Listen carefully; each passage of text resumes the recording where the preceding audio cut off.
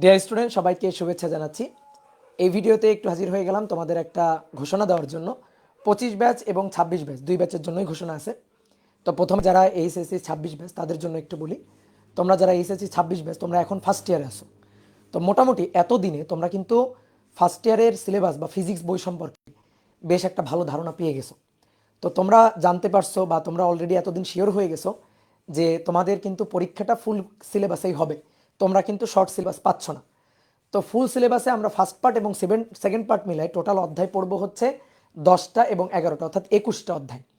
তো ফিজিক্সের এক একটা অধ্যায় কেমন এটা তুমি হয়তো এত দিনে দুই একটা অধ্যায় পড়ার পরে মোটামুটি একটু ধারণা পেয়ে গেছো। তো তোমরা যেহেতু শর্ট কোর্সে পড়ছো না, শর্ট কোর্স পাবা না, ফুল কোর্সেই পড়াশোনাটা করতে হবে।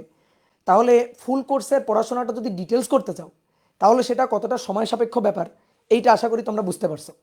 তো সময়টাকে যদি এখন থেকে খুব ভালোভাবে কাজে লাগাইতে চাও তাহলে কষ্ট কম হবে। পড়াশোনা না করে তুমি কিন্তু একটা ভালো কাঙ্ক্ষিত ফলাফল পাবা না, সেটা বোর্ড পরীক্ষাতেও পাবা না এবং অ্যাডমিশনে কোথাও গিয়ে সেটা পাবা না। তো তুমি যদি ভালো একটা ফলাফল আনতে চাও তাহলে এখন থেকে একটু পড়াশোনাটা শুরু করো। তুমি পরবর্তীতে গিয়ে হ্যাঁ পড়াশোনা করে হবে, বাট তখন কিন্তু পরিশ্রমটা বেশি করা লাগবে। তো এখন থেকে যদি তুমি, এখন কিন্তু অনেক বেশি দেরি হয় না, সো এখন থেকে তুমি যদি পড়াশোনা শুরু করো। নর্মালি ফার্স্ট ইয়ারটা কীভাবে যায়, ফার্স্ট ইয়ারটা ধরো যে প্রথম তুমি যখন ইন্টারে উঠো, ফার্স্ট ইয়ারে উঠো, তখন সিলেবাস সম্পর্কে একটা আইডিয়া পাইতে, বই সম্পর্কে একটা আইডিয়া পাইতে, কয়টা অধ্যায় কত বড় অধ্যায় এই সম্পর্কে একটা আইডিয়া পাইতে এবং কোন টিচারের কাছে পড়বো।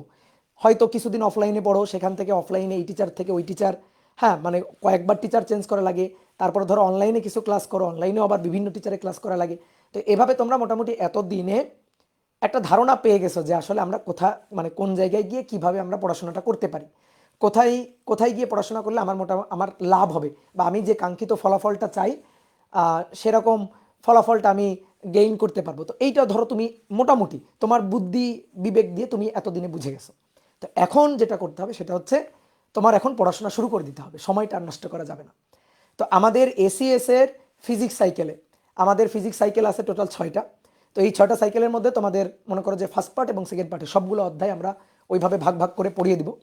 তো তার মধ্যে ধরো ভেক্টর হয়ে গেছে, নিউটনিয়ান বলবিদ্যা হয়ে গেছে প্রথম অধ্যায়, এটাও আমরা পড়াইছি, যদিও এটা ছোট অধ্যায়। এটাও প্রথম অধ্যায় ভৌত জগত পরিমাপ, এটাও হয়ে গেছে। তারপরে গতিবিদ্যা হয়ে গেছে, নিউটনিয়ান বলবিদ্যা শেষের দিকে। আদর্শ গ্যাস ও গ্যাসের গতিতত্ত্ব এটা হয়ে গেছে। আজকে সাইকেল 3-এ প্রথম শুরু হইল পর্যাবৃত্ত গতি, যার প্রথম ক্লাসটা আজকে হইল। তো তোমাদের একটু দেখাই কি কি পড়ছি আমরা। পর্যাবৃত্ত গতির আজকে যেহেতু প্রথম ক্লাস, তো ইনিশিয়াল আর কি থিওরিটিক্যাল কথাবার্তা এগুলাই আমরা মোটামুটি দেখছি। পর্যাবৃত্ত গতি, তারপরে পর্যাবৃত্ত ঘটনা কয় ধরনের হয় এবং পর্যাবৃত্ত গতি থেকে সরলচন্দিত স্পন্দন গতি, পর্যাবৃত্ত গতি এবং সরলচন্দিত স্পন্দন গতির মধ্যে পার্থক্য, এবং তারপরে আমরা কিছু উদাহরণ দেখছি সরলচন্দিত স্পন্দন গতির উদাহরণ। সেই উদাহরণগুলো এক এক করে আমরা ডিটেলস আলোচনা করব। তো আজকে আমরা স্প্রিং দিয়ে আলোচনাটা শুরু করছি। তো এরকম প্রত্যেকটা অধ্যায় কিন্তু আমরা সাইকেল একেবারে ডিটেলস পড়াই, তোমরা জানো যারা এসিএস এর সাথে আসো। এসিএসে আমি মাসুর এবং তোমাদের অপার ভাই, আমরা তিনজন মিলে ফিজিক্স পড়াচ্ছি। তো আপাতত আমি এবং মাসুর ভাই তোমাদের পড়াচ্ছি। মাসুর ভাই হচ্ছে নিউটনের বলবিদ্যা ক্লাসটা নিচ্ছে, আর আমি আজকে শুরু করলাম আমার আদর্শ গ্যাস, ইতিমধ্যে শেষ হয়ে গেছে 2-1 দিন আগে, এবং এখন থেকে শুরু করলাম হচ্ছে পর্যাবৃত্ত গতি। তো আমরা কিন্তু অধ্যায়গুলো খুব ডিটেলস পড়াই, যেভাবে পড়াইলে তোমার অ্যাডমিশন টেস্টে মনে করো যে তুমি একটা ভালো ফলাফল করতে পারবা এবং বোর্ড পরীক্ষাতেও একটা ভালো ফলাফল করতে পারবা। প্রত্যেকটা টপিক খুব ভালো করে ফিল করে তুমি বুঝতেও পারবা। তো আমরা কিন্তু ওইভাবেই পড়াই। তো এখন যেটা করতে হবে কি, এখানে সময় দিতে হবে তোমাকে। তো তুমি যদি সময় দিয়ে আমাদের সাথে লেগে থাকতে পারো, তোমার ইন্টার পরীক্ষার আগে, বোর্ড পরীক্ষার আগে, অ্যাডমিশনের আগে কষ্ট কম হবে, এইটুকু আমরা সিওরিটি দিতে পারি। তো যারা এনরোল করো নাই এবং যারা এখন ওইভাবে পড়াশোনা শুরু করো নাই, তারা এখন প্রত্যেকটা অধ্যায় লিখে নাও এবং একটা একটা করে অধ্যায় ধরো। হ্যাঁ, তুমি দরকারে প্রথমে একটা সাইকেলে এনরোল করো, দেন তুমি ওই সাইকেলের ক্লাসগুলো করে ফেলো, তোমার অধ্যায় কমে যাবে। তোমার ঘাড়ে এখন একটা বিশাল বোঝা চাপানো, তোমার কাজ করতে হবে কি এই বোঝাটাকে আস্তে আস্তে কমায় ফেলতে হবে। তো এর জন্য পরিশ্রমের কোনো বিকল্প নাই, পড়াশোনার কোনো বিকল্প নাই।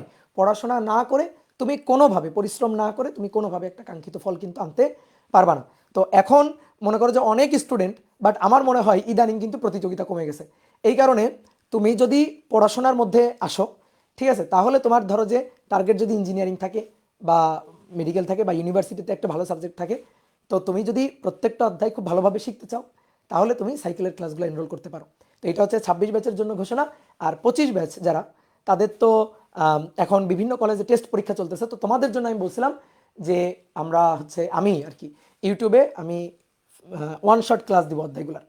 তো ওয়ান শট ক্লাসগুলা এগুলা করলে মোটামুটি তুমি ওই অধ্যায়ের যদি আগে থেকে পড়া থাকে তাহলে ওয়ান শট ক্লাসগুলো করলে বোর্ড পরীক্ষায় কী টাইপের কোশ্চেন আসতে পারে, তো আমরা বোর্ড পরীক্ষার টার্গেটে ওয়ান শট কিছু ক্লাস আমি দিয়ে দিব। তো সেটা আমি তোমাদের কথা দিছিলাম। তো ওইটা আমরা যেহেতু বিভিন্ন কলেজে টেস্ট পরীক্ষা হচ্ছে, তো ওইটা আমরা ফেব্রুয়ারির মানে আমি ফেব্রুয়ারির 1 তারিখ থেকে বা 2 তারিখ থেকে ফেব্রুয়ারি থেকে শুরু করে দিব, একটা একটা অধ্যায় করে দিতে থাকবো। তো ওই ক্লাসগুলো করলে তোমার যদি আগে থেকে অধ্যায় পড়া থাকে তাহলে তুমি ওয়ান শট ক্লাসগুলো করলে তোমার বেশ মোটামুটি অধ্যায়ের উপরে একটা রিভিশনের জন্য একটা যে দখল দরকার সেই দখলটা আসবে। আর কারো যদি অধ্যায়গুলা 25 ব্যাচের অধ্যায় আগে থেকে পড়া না থাকে তাহলে ওয়ান শট ক্লাস আমি জানি না তোমাকে কতটা উপকার করবে, বাট আগে থেকে যদি পড়া না থাকে তো আমার সাজেশন একটু কষ্ট করে ওই অধ্যায়টা অ্যাটলিস্ট এফআরবির ক্লাস যেটা আমরা ডিটেলস ধরো পড়াই, তো অ্যাটলিস্ট এটা করে নিও, তাহলে তোমার মনে করো যে সুবিধা হবে। বা তুমি যদি ইউটিউবে অ্যাটলিস্ট ওই অধ্যায়ের ওয়ান শট ক্লাস ব্যতীত তুমি যদি একটু ডিটেলস ক্লাস পাও, ঠিক আছে, যেটা দিয়ে তোমার মোটামুটি ওই অধ্যায়ের বেসিকগুলা বেশ ডেরিভেশন সহ সব কিছু তোমাকে বুঝাই দেওয়া হচ্ছে, এরকম যদি তুমি পাও তাহলে অ্যাটলিস্ট এই ক্লাসগুলো করিও। কারণ কোনো একটা কনসেপ্টের ধরো একটু ডিপ নলেজ থাকা মানে ডিপ নলেজ না থাকলে একটু ঘুরাই পেঁচাই দিলে কিন্তু সৃজনশীল প্রশ্ন অ্যান্সার করাটা খুব ডিফিকাল্ট হয়ে যায়।